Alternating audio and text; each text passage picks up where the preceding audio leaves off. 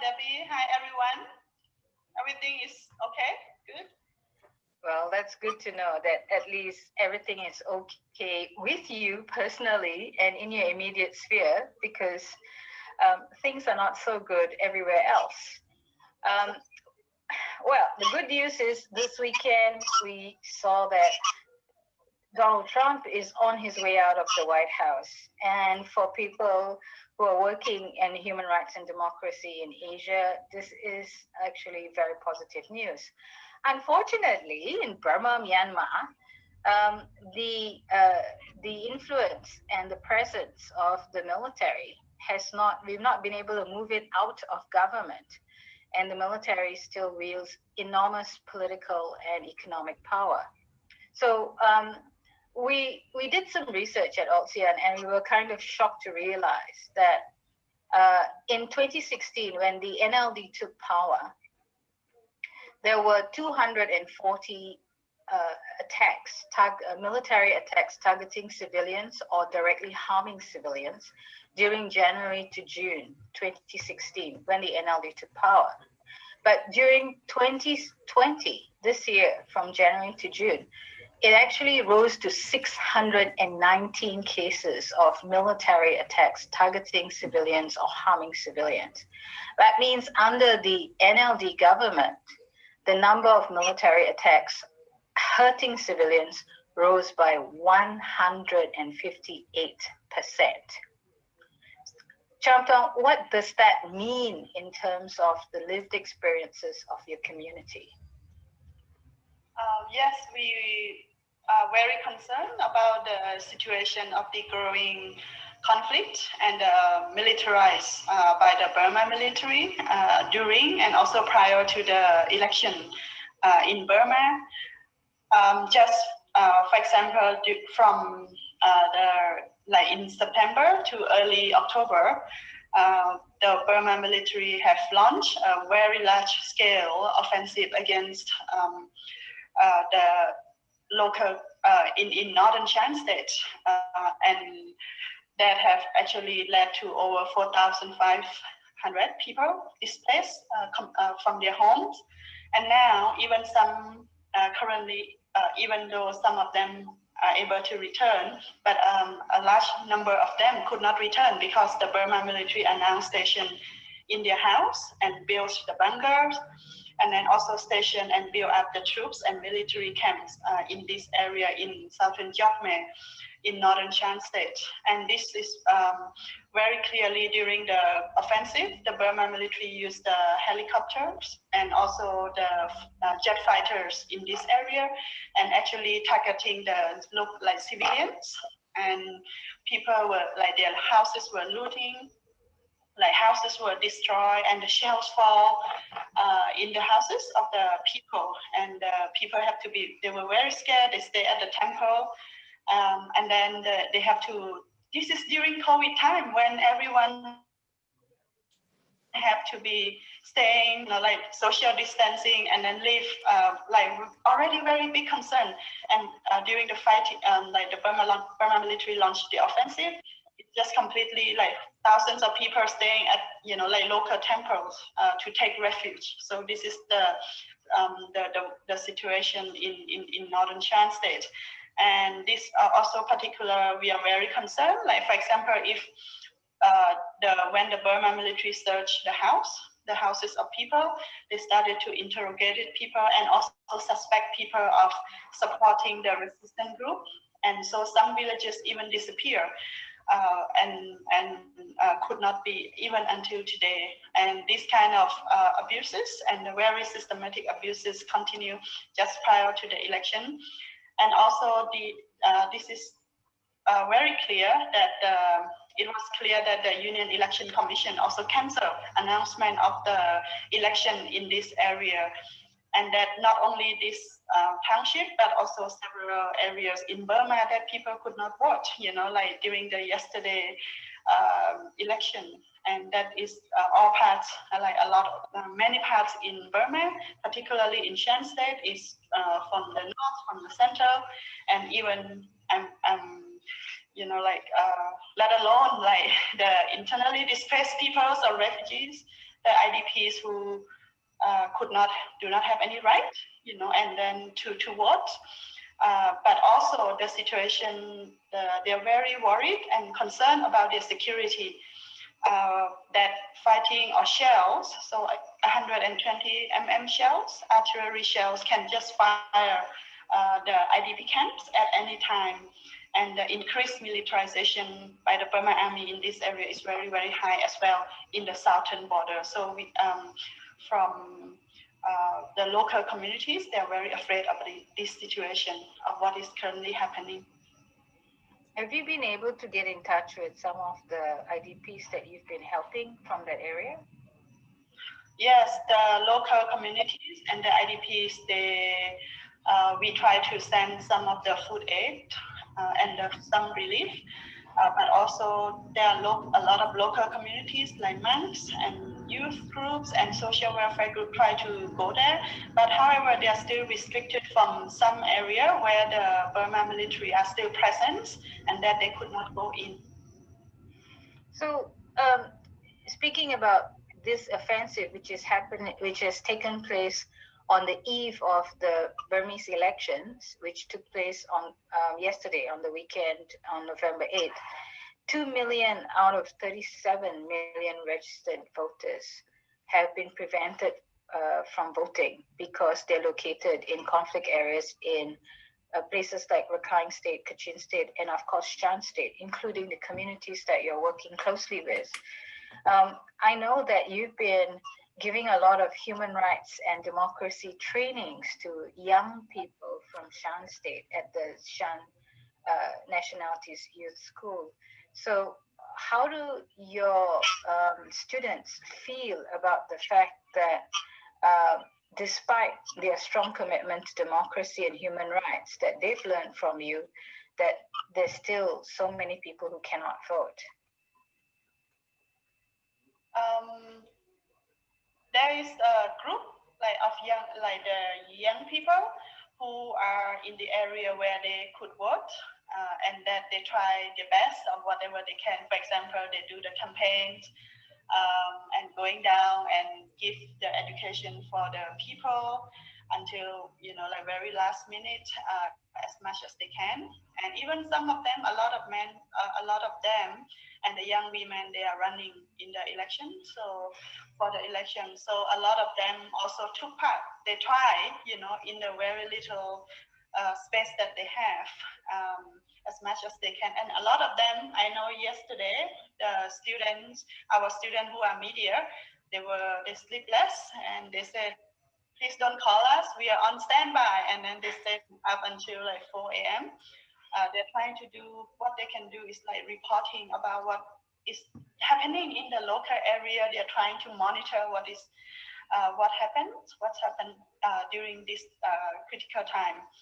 And another group of youth who cannot vote and who are prevented from voting, they also continue to have to fight for their right, which even though their situation is very difficult. So this is the group that could not vote, but there's also groups that are right on the border, they don't belong to, they are stateless and do not belong to Burma, and they don't belong to Thailand. They're living right on the border area. And thousands of them who could not vote and who are just facing, they're fearful of, afraid. They don't know when the shells, from Burma military will take place near the camps.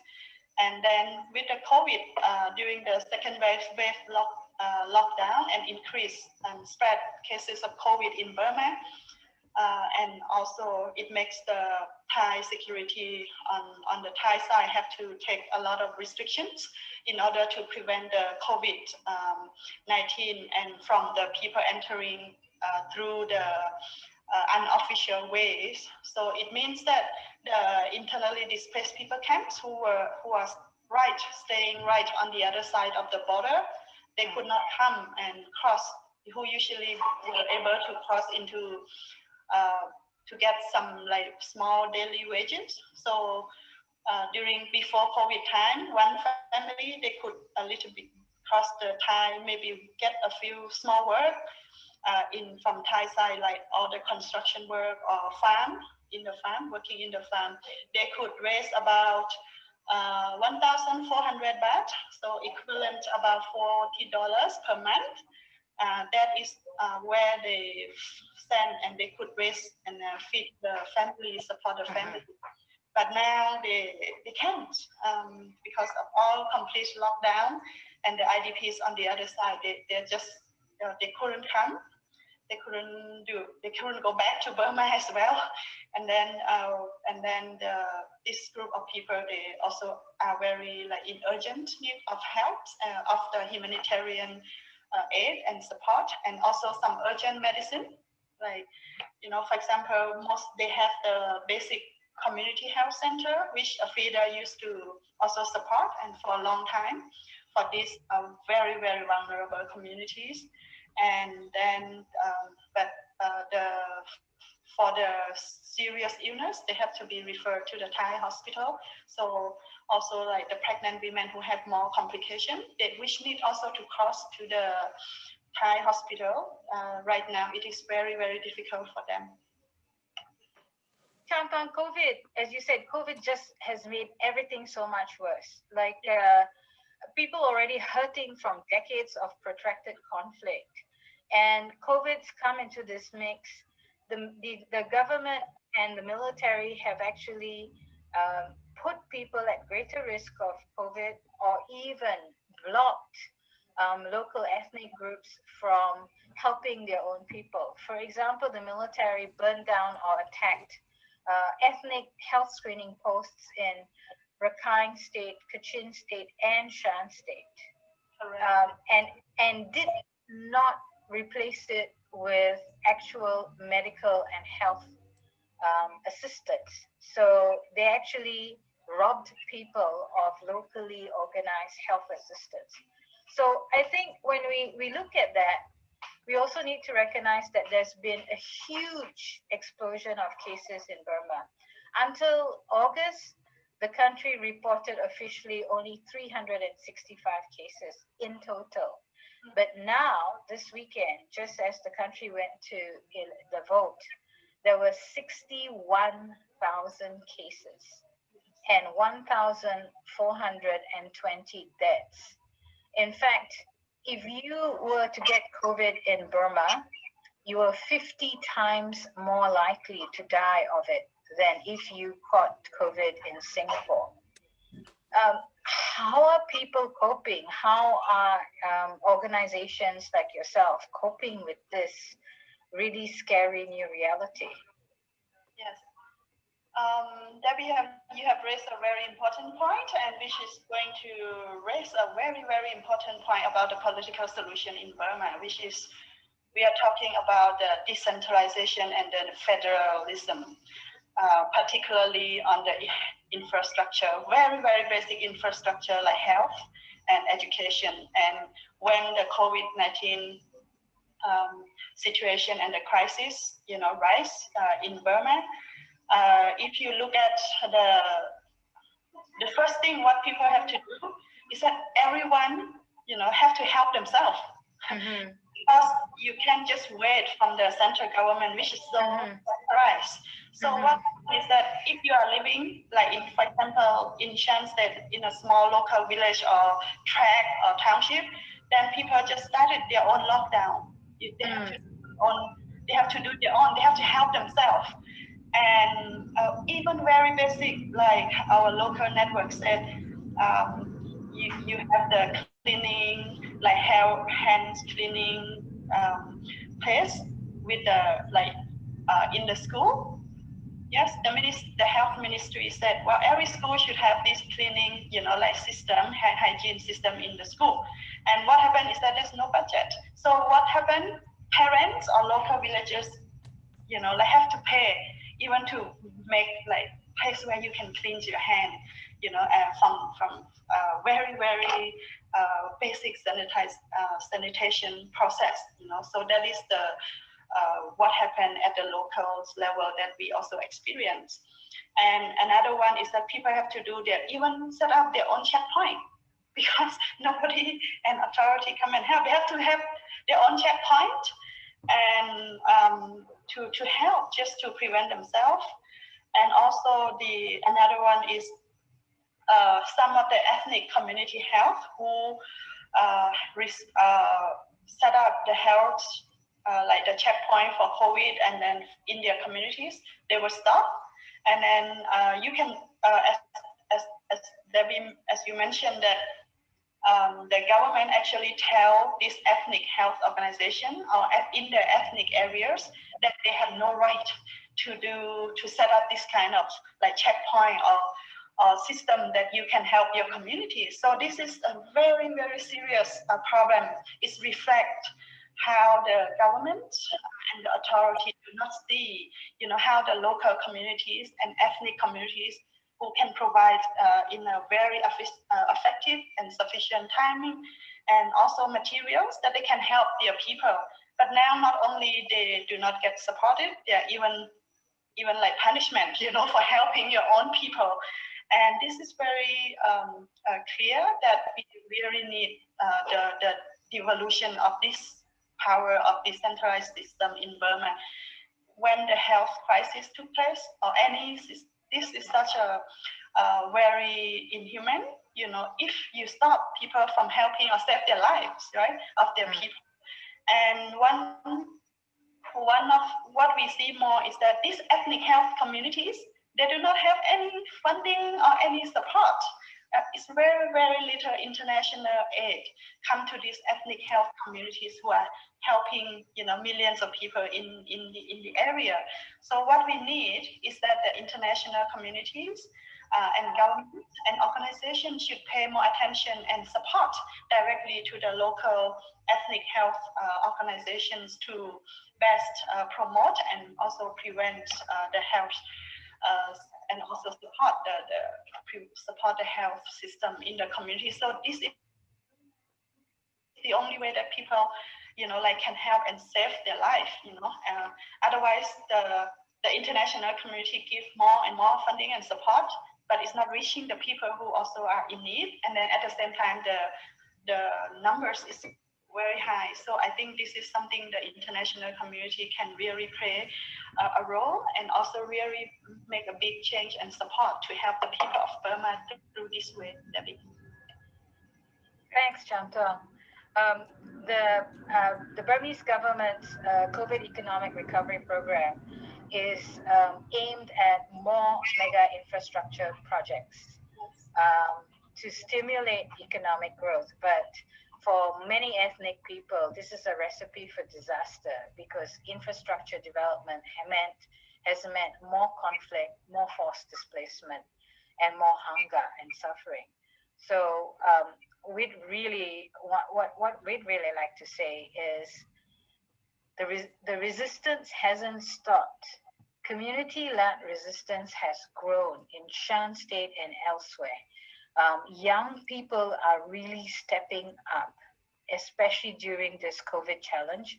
And in the end, what we need to ensure is that Australia and other governments and aid agencies do not support COVID packages that will cause more harm, and that they actually support people on the ground who have been amazing in terms of they have literally saved thousands of lives when it wasn't their job to do so. I think that's the lesson learned, that even as things get tougher, people on the ground get tougher.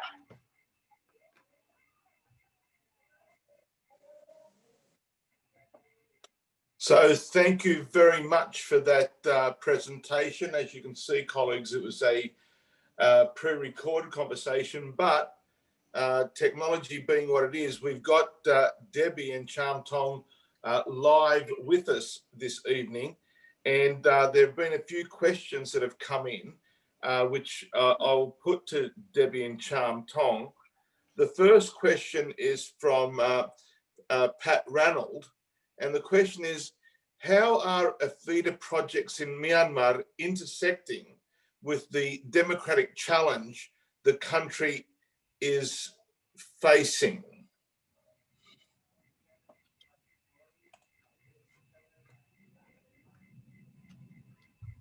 would you like? Hi, Debbie. Yep. Yeah, hi. Firstly, before I start, I just want to acknowledge the traditional owners of the country. And since this is to friends all around Australia, I'm not going to name each country, but I want to pay respects to their elders, past, present, and emerging. It's really exciting to be able to connect with all of you and see so many familiar faces. AFIDA has a number of programs happening in Burma, Myanmar, and on the border area.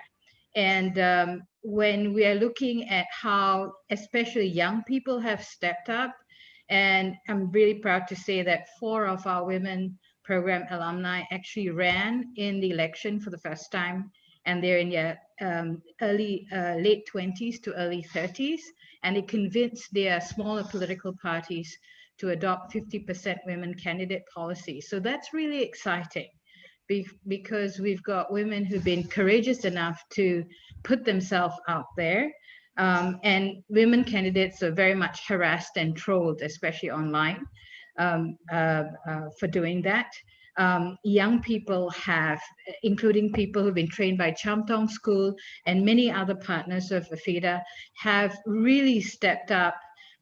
Even in the central areas, in the Burman-dominated areas, labor activists who are supported and connected to AFIDA have done a huge amount of work to raise awareness amongst poorly paid and poorly informed workers, not just about their rights in trying to get remedy and security for their jobs, but also in protecting themselves from COVID. So we're actually seeing everybody rise to the challenge. Many people have dropped their normal programs just to deal with this crisis. And this is important because what we're seeing on the ground is that people are starting to experience the day-to-day need they have of civil society activists to get food on the table, because there hasn't been enough relief dispensed to people who've been thrown out of their jobs, to inform communities on how to organize their own self-help and their own quarantine procedures to protect the community. So I think that's really important, because this is actually strengthening and consolidating the decades of investment that AFIDA has had, and the solidarity that AFIDA members have extended to activists on the ground. And thank you, Debbie. I've got another question here from Tim Diamond. What would activists in Burma ask from their international comrades for assistance in their struggle? Hi. Hi, Charm Tong. Good evening, everyone. Thank you very much and for joining, and very pleased to meet all of you. I would say that the support is also the continue to raise concerns, particularly the untold stories, of what is happening in Burma. For example, like the conflict still continues, and then it's so difficult when we try to get the media to cover about the situation, as it is, the media would be even attacked or targeted by the Burma military.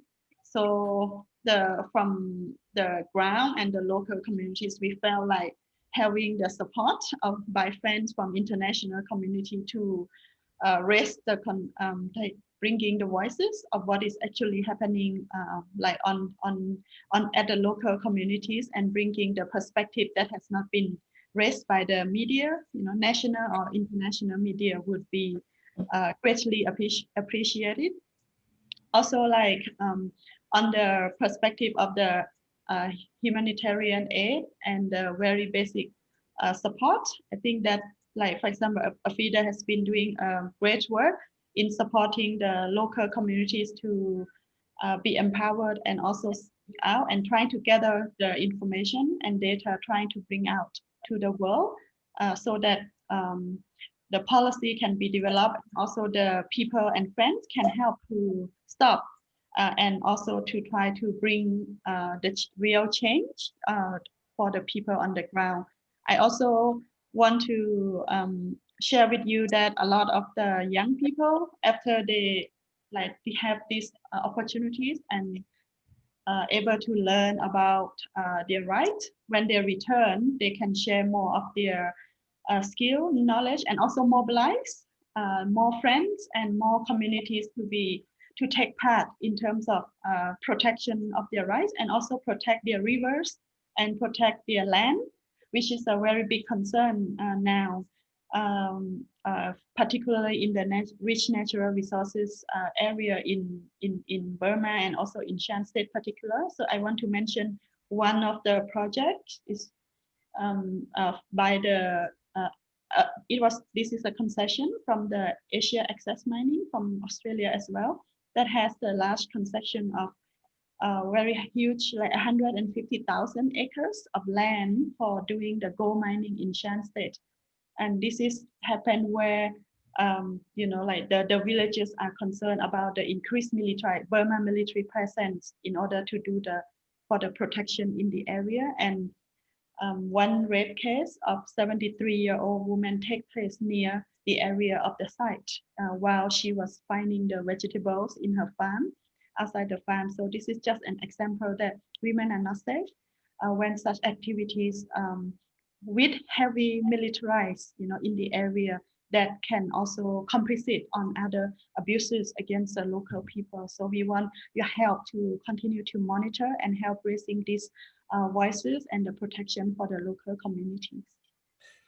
Thank you very much, Charm Tong. I've got another question here from Angela Catalo. I've seen media reports, she says, of people crossing from Burma to Thailand testing positive to COVID at the border.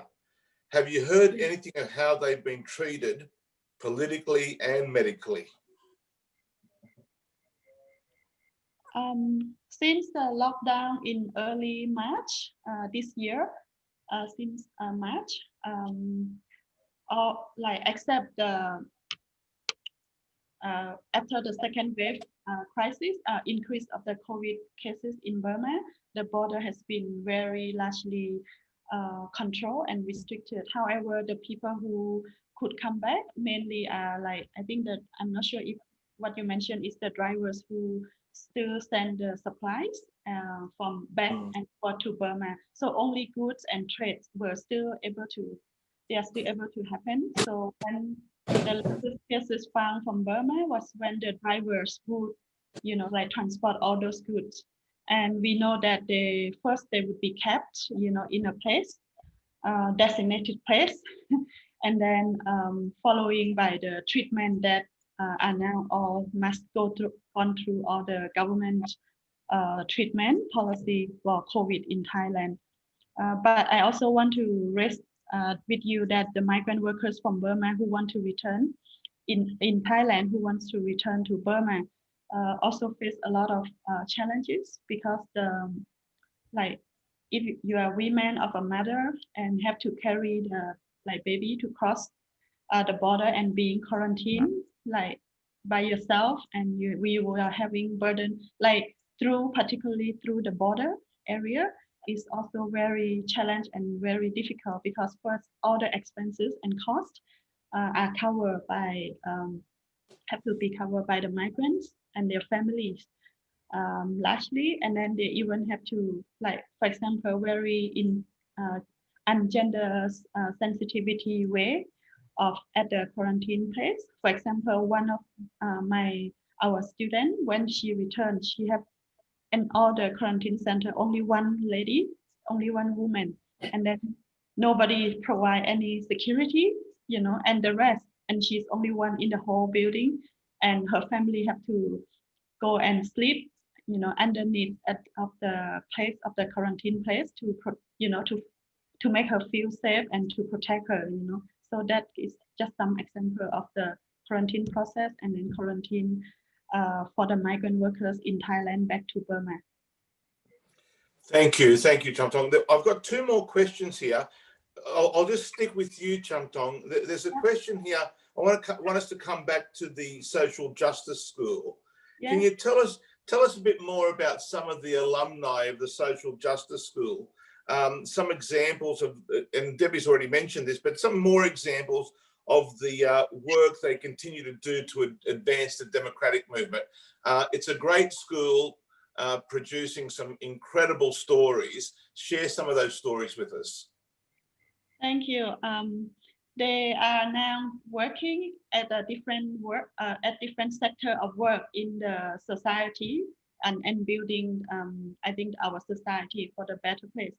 So they are teachers to like over 200 children who there was no school in their village.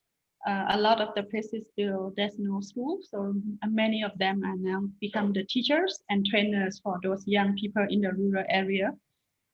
They are raising digital and awareness for people starting to have used the mobile phone access in Burma suddenly increased, but people don't know how they can protect themselves, their privacy, and how to use for the protection or the safety for themselves and their work, as particularly the human rights defenders. They are trapped by authorities and they're monitored, and actually all their devices were compromised. And if they're supposed to have a meeting or plan, you know, like the authority already waiting. So a lot of them are raising awareness about this. A lot of them are farmers network.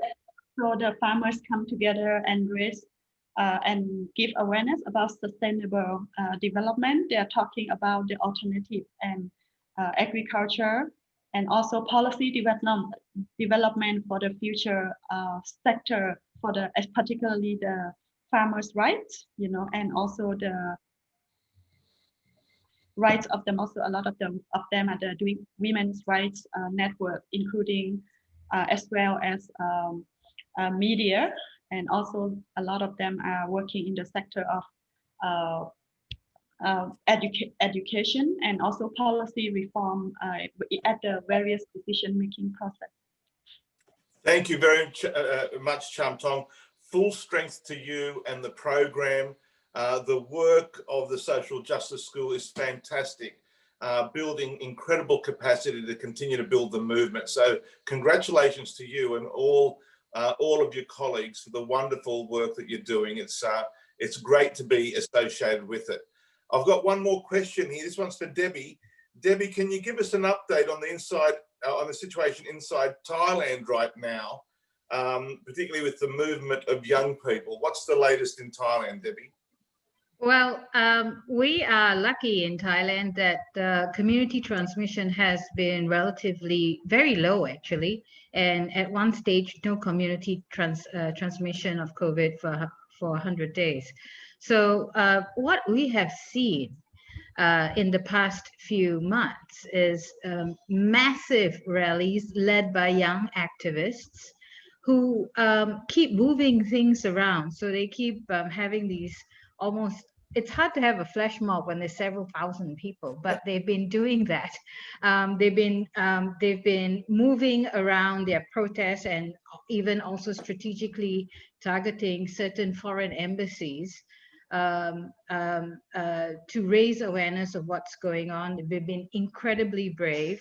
And I think the iconic picture that everyone totally enjoyed was this with the young people holding up a placard berating the prime minister, who's a general who's former General Prayut, and basically it said, "You fucked with the wrong generation," because they have been incredibly energetic, creative, and courageous. They've been harassed online and in person by the authorities, threatened, trolled, accused of being CIA, etc. But they haven't given up. So it's incredibly important to also extend solidarity to them. And, you know, AFIDA members are so amazing. I'm looking here, there's 100 people online, and this is actually the biggest number of people that I've been on a virtual meeting with in the past few weeks, because so many people have been zoomed out. They're kind of having Zoom fatigue.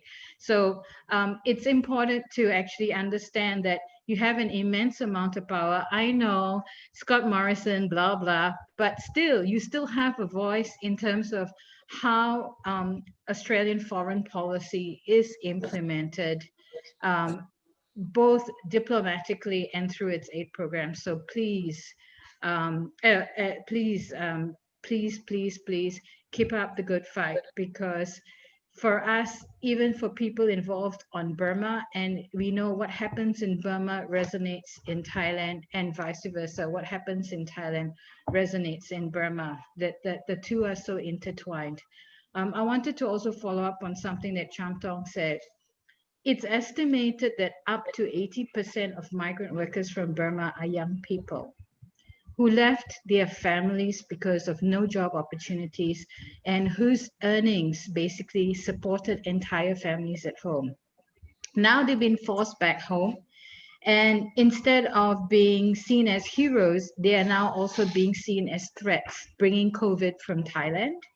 And we have a huge amount of both threat and opportunity, which is why work that Charm Tong does and the work that ASEAN does is incredibly important, because young people have been our focus, including young women. And this is where the next wave is coming from. That there's a huge amount of tension, but also a huge amount of possibility for young people to mobilize communities and have their voices heard. And Angelo, I know you said I can't do this shit and do the promo for the olive oil and all of that, the